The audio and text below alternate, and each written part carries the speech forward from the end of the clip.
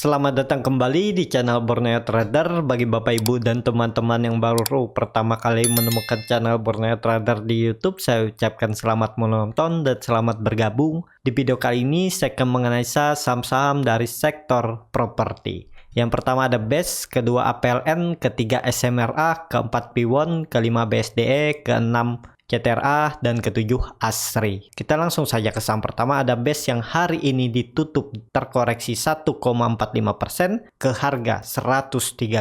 Kalau dilihat transaksi asing, net buy. Kalau dilihat dari broker summary-nya, BES ya memang ada satu broker akumulasi ya, tapi dijual yang cukup besar juga oleh beberapa broker, ya bisa dibilang ini distribusi. Kita langsung saja ke teknikalnya. Secara teknikal, BES sudah di area support 2-nya ya, setelah jebol support 150 dan BES membentuk pola double bottom kemarin, namun gagal breakout dan akhirnya jebol 140 dan dia turun ke 132. Jadi kalau dilihat dengan kondisi seperti ini, ada peluang untuk BES bulan ini rebound atau sideways, karena ini terlihat dia mempertahankan berapa kali reject 132 ya. Jadi ada potensi untuk BES bergerak sideways di range harga supportnya 132, resistennya terdekat 140 sampai 149.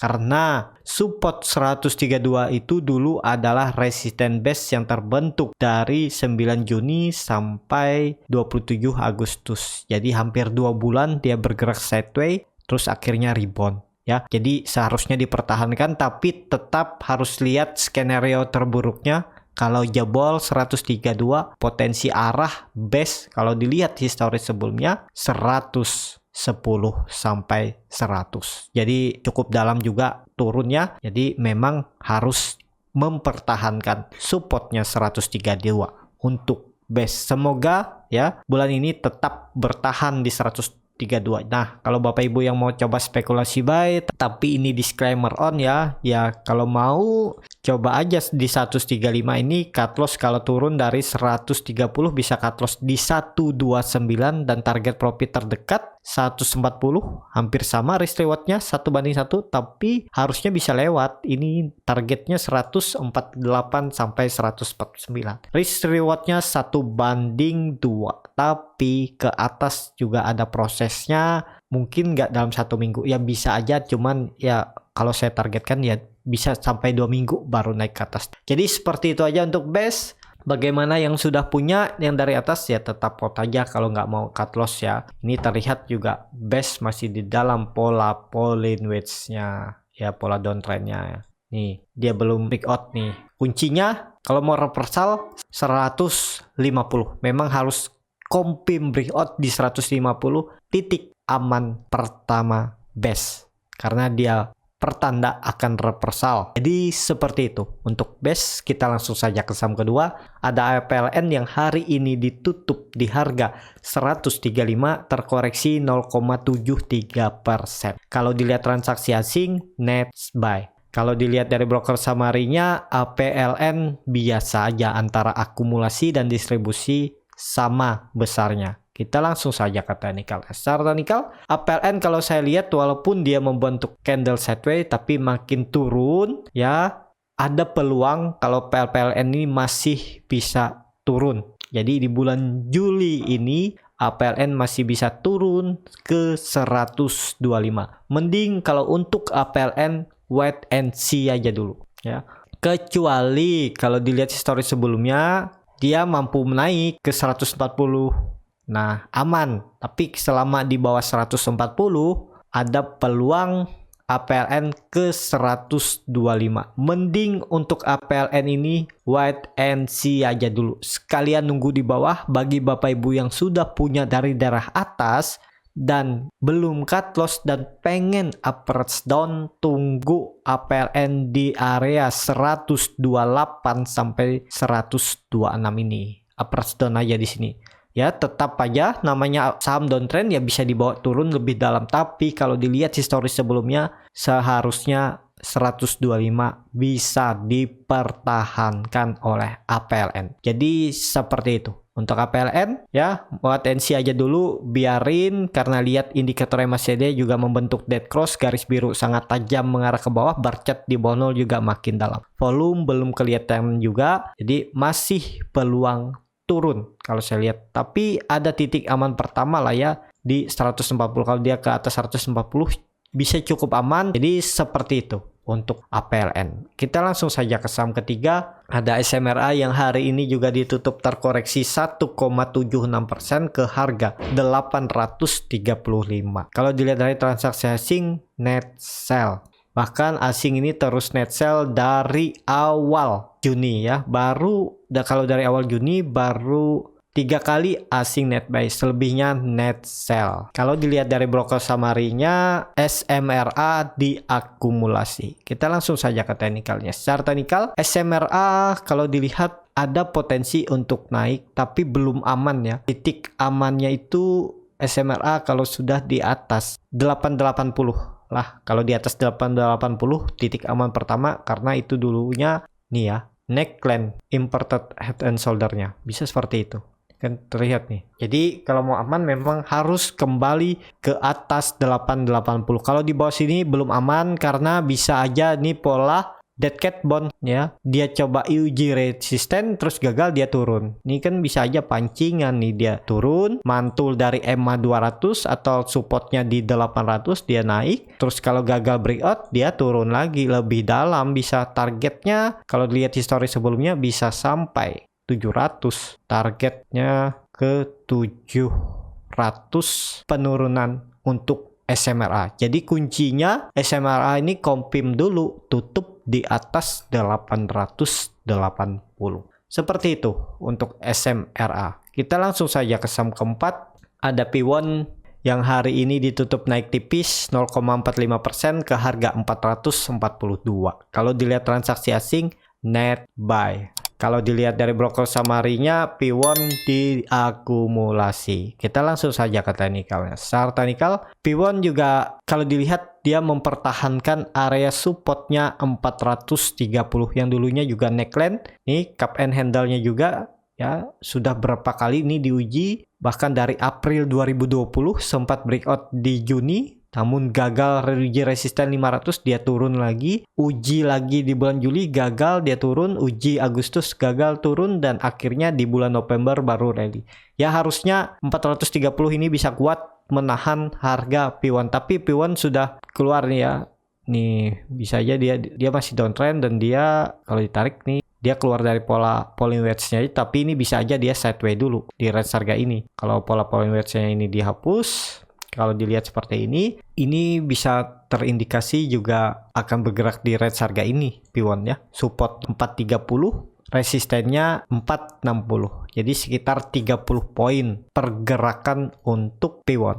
Nah, ya kalau dari bottom ke atas 6%, ya lumayan. Kalau untuk swing trade ya cukup besar. Ini cut loss saja kalau turun dari 430 bisa cut loss di 426. Target profitnya di 460, sekitar 4%. Cut loss-nya tadi sekitar 4% juga ya. Ya risk reward-nya 1:1. Kalau tertarik ya silahkan beli. Tapi ini saham downtrend ya. Asal nggak jebol menurut saya aman P1 ya. Jadi bulan Juli yang penting nggak jebol 430. Ada peluang malah naik sampai 495 sampai 500 kalau market mendukung. Tapi terdekatnya ada dulu. Kemungkinan juga P1 masih bergerak di range harga sideways-nya ini. Supportnya 430 dan resistennya 460. Kalau dilihat indikator MACD membentuk golden cross tapi masih melandai. Bar chart di atas 0 juga terbentuk. Volume belum terlihat yang signifikan tapi mulai meningkat. Volume P1 mulai meningkat di area support ini, ya semoga aja ada pantulan. Tetap melihat skenario terburuk, kalau jebol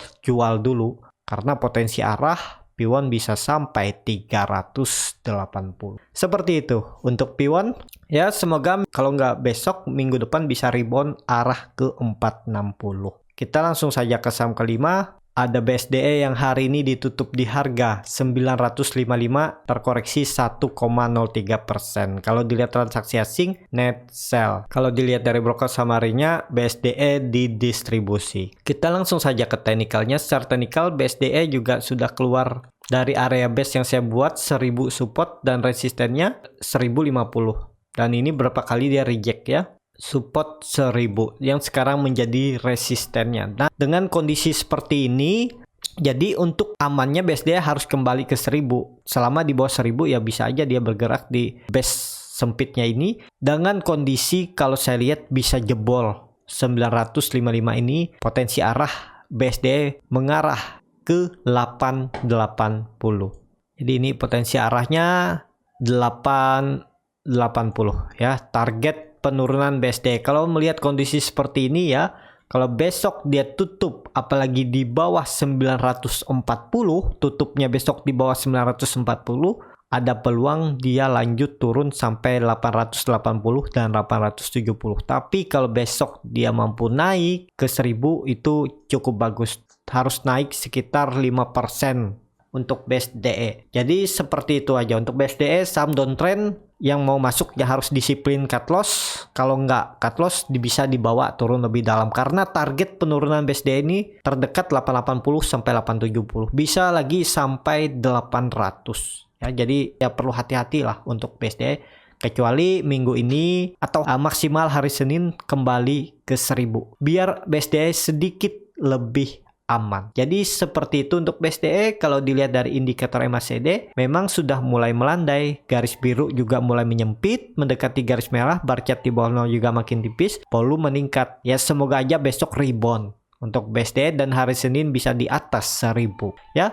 Seperti itu untuk BSDE. Kita langsung saja ke saham ke-6, ada CTRA yang hari ini turunnya cukup dalam 3,22% ke harga 900. Kalau dilihat transaksi asing net buy. Kalau dilihat dari broker summary-nya CTRA didistribusi. Kita langsung saja ke teknikalnya. Kalau dilihat secara teknikal CTRA memang mantul dari area support 880 ya. Nih dia mantul support yang terbentuk dari November 2020. Tapi hari ini dia kembali koreksi lagi ya. Dengan kondisi seperti ini apakah aman? Belum aman juga. Untuk CTRA masih bisa potensi ke bawah. Resisten terdekatnya memang 1000. Nih ya. Nah, jadi kemungkinan juga CTRA akan bergerak di range harga ini. Supportnya 880 dan resistennya 1000. Yang penting nggak jebol 880. Kalau jebol arah selanjutnya CTRA ke 800.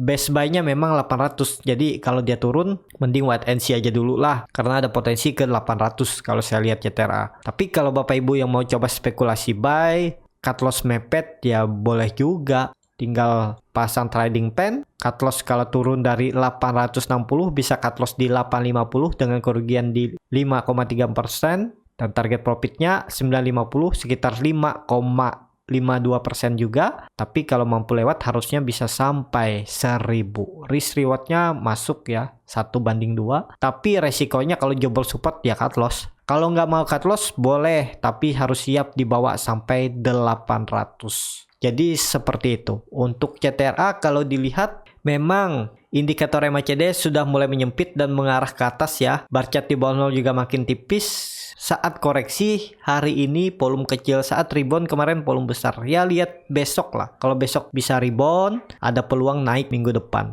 Tapi kalau besok melanjutkan koreksi, apalagi jebol 880, potensinya bisa sampai ke bawah lagi ke 800. Jadi seperti itu. Untuk CTRA kita langsung saja ke saham terakhir. Ada ASRI yang hari ini ditutup di harga 160 sama harga penutupan pada hari sebelumnya. Kalau dilihat transaksi asing net sell. Kalau dilihat dari broker summary-nya ASRI didistribusi. Kita langsung saja ke teknikalnya. Secara teknikal ASRI di area support. Supportnya 159 sampai 160 dulu itu neckline juga ya. Bisa dibilang ini double bottom. Dan seharusnya dipertahankan. Kalau jebol arah selanjutnya kalau dilihat ke 140. Tapi dengan kondisi seperti ini ada peluang rebound ASRI. Ya semoga aja minggu depan bisa reboundnya ya. Kalau nggak besok ya minggu depan rebound. Targetnya itu 180. Nih target terdekat untuk ASRI ya. Kalau dilihat yang lain juga ada potensi rebound, cuman yang agak rawan itu APLN. Tapi ada juga potensi rebound ya karena terdekatnya 150. Tapi kondisi chartnya kurang bagus. Nah, kalau untuk ASRI ini udah membuat 2 kali doji. Iya, ada peluang rebound, targetnya terdekat 170 ya, sampai 180. Tapi kalau naik ke 180 itu cukup tinggi. Sini aja dulu ya, terdekatnya 170. Dan cut loss kalau jebol 154. Nih, cut loss saja di 154 atau 153 dengan kondisi kerugian sekitar 4,31%. Profitnya tadi sekitar 170, 6,6%. Jadi risk rewardnya hampir 1 banding 1,5. Kalau tertarik ya boleh aja, yang penting sabar ya. Ini saham downtrend. Menurut saya harus disiplin cut loss. Kalau nggak mau cut loss ya juga boleh, asal siap rugi waktu dan harus siap misalnya skenario-nya dibawa sampai 140. Jadi seperti itu ya. Cukup sampai di sini. Terima kasih untuk Bapak Ibu dan teman-teman yang sudah menonton video ini sampai habis.